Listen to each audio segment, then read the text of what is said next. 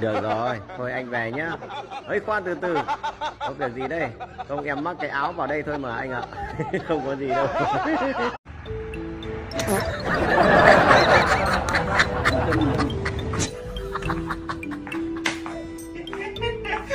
Ơ, anh về nhà? Từ mà.